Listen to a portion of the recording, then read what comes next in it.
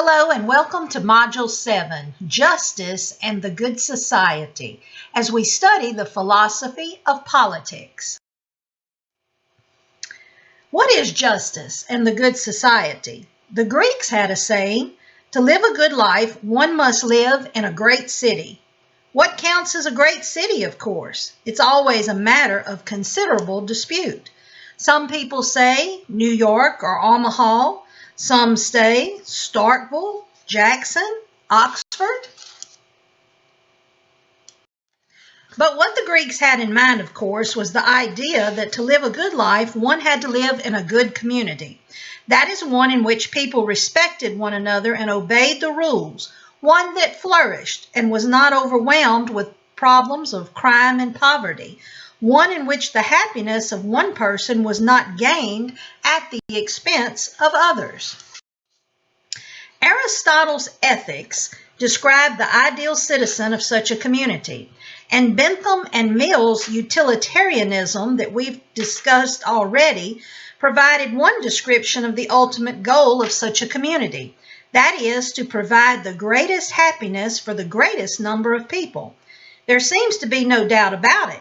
For almost all of us, the good life presupposes living in a good place and to live with other people with our ability to be a good person, that it depends at least in part upon those with whom we share our world and society.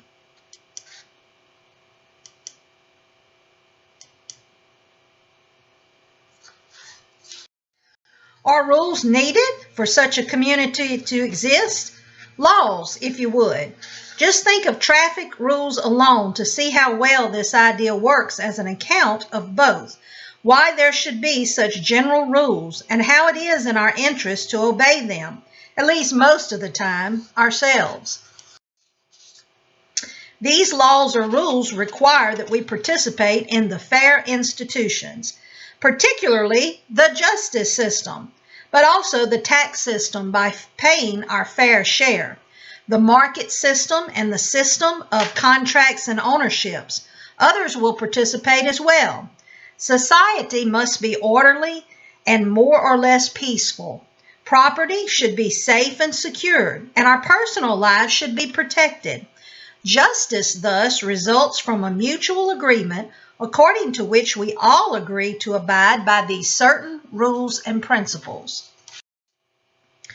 Now, the great social thinkers of the 17th and 18th century, especially Hobbes, Locke, and Rousseau, taught us that justice and the whole of society as well have been produced by a general social agreement called a social contract. We are obliged to obey the rules of justice and the governments that enforce them because we, in some certain sense, agreed to do so. We agree to abide by these social contracts by agreeing to remain in that society. Socrates taught this. What was there before people got together to even form a society? Why did they even get together? The most famous theory of the prior state of nature, that is, before the formation of society, is that of Thomas Hobbes. He argued that human life before society and justice was a war against all. It was nasty and brutish and short. He suggested that people are naturally selfish, and in a world with too scarce of resources, we could literally kill one another without laws and governments. So why should we join a society and agree to such laws? Because each of us might quite be afraid of being hurt or killed by others if we didn't. And in return for promise not to harm others, we agree to return that we won't harm them or receive harm. Well, I guess that's not a bad deal. A somewhat more cheery theory of the social contract was defended by Hobbes' successor, John Locke. Locke suggested that in a state of nature, we are all basically hardworking, and we try to build things and cultivate the soil. Where Thomas Hobbes thought that man was not a social animal, John Locke thought that we are. Thomas Hobbes said that we could be left to ourselves dangerous and violent, that we could be mean and solitary, nasty, brutish, and short. But John Locke says we could most certainly live in peace unless we were disturbed by evildoers. And lastly, Thomas Hobbes thought objectivity would scarcely be possible, and that would be worthless in resolving our practical disputes. But John Locke thought that humans do have objective morality. That is the knowledge of right and wrong, and so what's lawful and not, even if we didn't have formal laws. Now, also, the third person, Jean-Jacques Rousseau, saw society and justice as the general will of the people, or the citizen. A citizen is defined as the member of the organized society. That was the term used by Rousseau. Some examples of social contracts are documents you're familiar with. The best single example is the U.S. Constitution. That is the one in which representatives of various states and commonwealths got together and composed a contract setting up our U.S. federal government and its limitations. This is the basic justification used by the American colonies when they went to break away from Britain.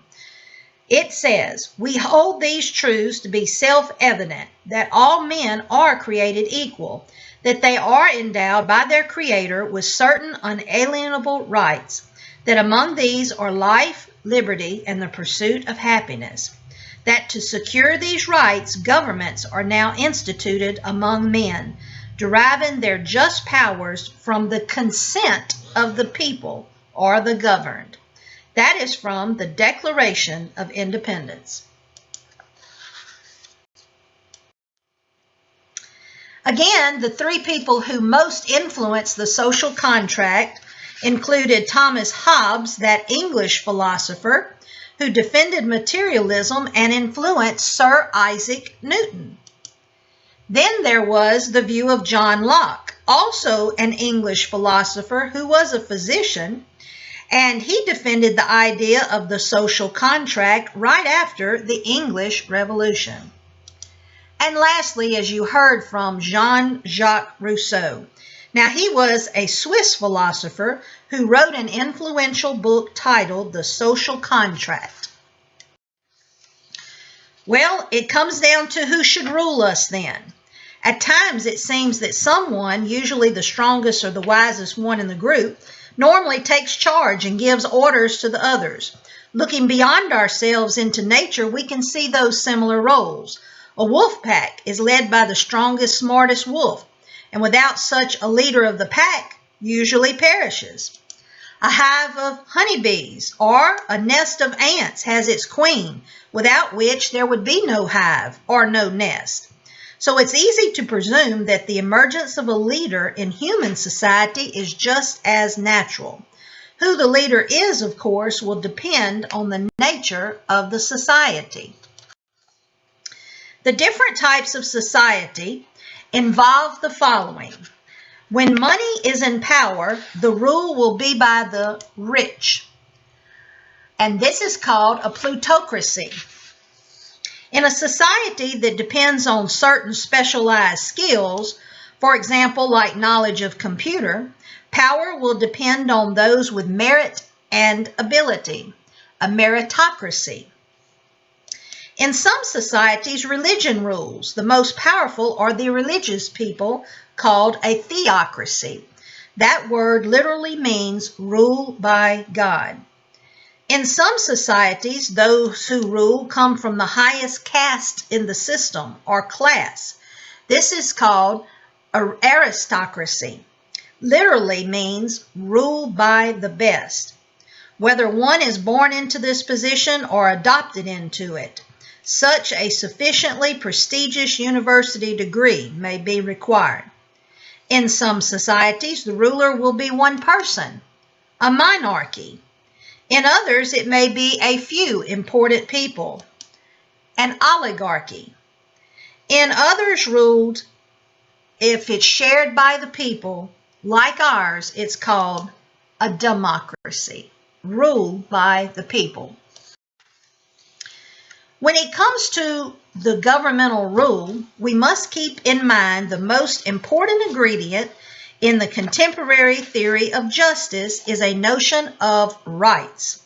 A right essentially is a kind of claim. Employees have a right to their salaries if they work their hours. Students have a right to an A if they have done excellent work in a course. What about the rights? A right is defined to be a claim or entitlement that is justified by law, custom, or morality. There are 4 categories of rights. There is the contractual right that's established by means of agreement among certain parties, such as the right to be paid a specific price for a specific job. There is the legal right. Legal rights are conferred by legislation, for example, the right to drive.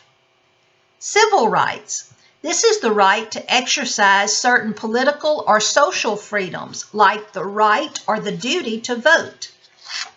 Then the 4th is human rights. These apply to every human being on earth, no matter what society or circumstances they live in. For instance, the right not to be tortured and not to be imprisoned without reason.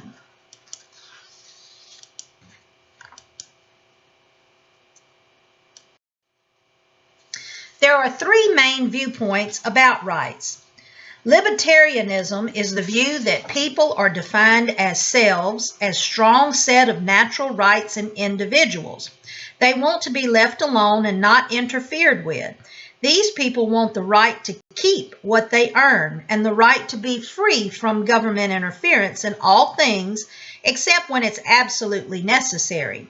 Libertarians tend to be strongly against taxes, against big government, and strongly for individual freedoms, or conservatism.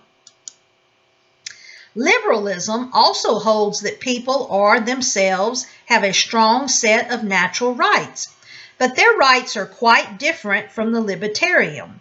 The liberal emphasizes people's positive rights that benefit the society, such as working for a common decent housing, education, food, health care, and security. Liberals tend to support a strong, centralized government that administers these social programs. Communitarian view rejects the one-sided liberal and libertarian emphasis on rights, and it stresses the concept of duty. This concept is close to socialism. What defines a citizen is not his or her rights, but rather his or her duties. They believe that there should be no self outside of society. An extreme form of this belief is totalitarianism or fascism, which holds that the individual self is nothing and the whole self is defined by the government. Then there is anarchy. Anarchy is a state of confusion and social disorder where instead of a government, everyone's allowed to do what he or her wants to do.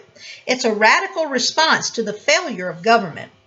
However, not having a government would certainly create obvious problems of organization. Think about it. No rules for safe driving, no rules or method to provide essential goods and services.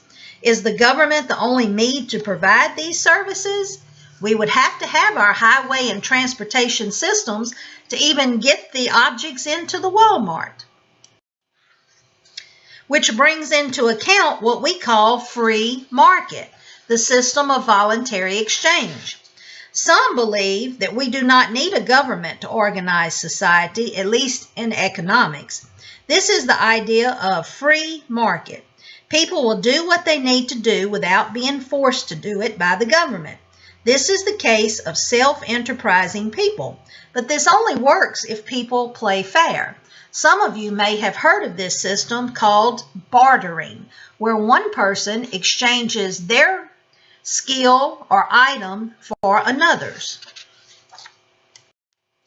Complete this statement. The rich get richer and the, you've got it, poor get poorer. Free market has shown too little ability to care for the poor. But this is an old bit of market wisdom. There is no correction built into a free market system to handle increasing inequalities. There would be no way to ensure that the very poor are adequately protected or provided for. Think about it. If we all had a free market and had to constantly work for everything to trade, then the elderly who could not physically work would starve. There would be abandoned children, orphans who could not physically work. They would also suffer. So if that's the case, what is justice? There are two main divisions of justice. One is concerned with punishment, and the other is concerned with the distribution and goods and responsibilities. That is called retributive justice, making sure that the wrongdoers are punished, and distributive justice, the fair arrangement of goods. One may believe that the presupposition of justice, that is, it is blind to particular individuals' status and power. That's why the Western civilization has a depiction of justice showing a blindfolded woman holding balance measuring scales. What should justice be blind to? Well, that brings up equality. There are 4 types of equality. Every person has the same abilities, talents, and advantages. We know this is not true. We are all not born with the same abilities and talents. This is implausible. Then there would be every person has the same status before the law. Now, this is ideal and it is fundamental to the American concept of our government. Every person deserves to be given the same goods. Now that sounds good, but it's unworkable because some people work hard for the goods where others would refuse to work. Then, fourthly, every person should have the same opportunities for achievement and advancement in our society. This again sounds like a necessary ideal, but it is definitely difficult to achieve across the board. So what about the meaning of equality? The great Martin Luther King fought and gave his life for it. Equality is defined as this: in concerns of justice, having the same rights and status before the law as others, being given the same opportunities for advancement. On the one hand, it is obvious to everyone that all people are not equal in every sense. Some are obviously born healthy, wealthy, and smart. Other people may be born wretched, impoverished, and disabled. People have different talents, different looks, and different capacities. In a story by Kurt Vonnegut, the author talks about a society in which everyone is made equal. Now, we would first think that is a great idea, but listen to how his story goes. Everyone is made equal by handicapping the advantage. Strong people are made weak by being forced to carry heavy weights all the time. Smart people are made dumb by wearing noisemakers that distract them from thinking. And graceful people wear lopsided weights to keep them off balance. The outrageousness of this story is the suggestion that inequality is inevitable in any society. But should there be so much inequality? Humans are imperfect, and we live in an imperfect world. We may understand that virtue and productiveness should be rewarded, but we also agree with the very different thesis that people who work a mediocre status and people who fail or just have bad luck or misfortune, should they be punished? What is equality, really? Look at this cartoon. It says for a fair selection, everybody has to take the same exam, so here's what you do. Please climb that tree. Obviously, these animal critters couldn't all climb that tree. But by equality, philosophers mean an equal opportunity. Here too, though, there are problems. When we try to insist that everyone should be equal, we run up against the unavoidable fact that people are from birth unequal in our abilities and advantages. The concerns of justice, then. The four concerns would be: people should get what they need, people should give what they can, people should be allowed to keep what they have, which is called entitlement, and people should get what they deserve, which is merit. Justice is a never-ending balance act. There are two considerations. People should get what they earn or what they deserve, as in a criminal case. And those who take risk should be rewarded with pay or honor or celebration. Who are the celebrated people in our society?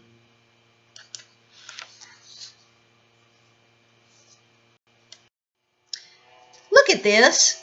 What does this symbol mean to you? It's a balance of mind and heart.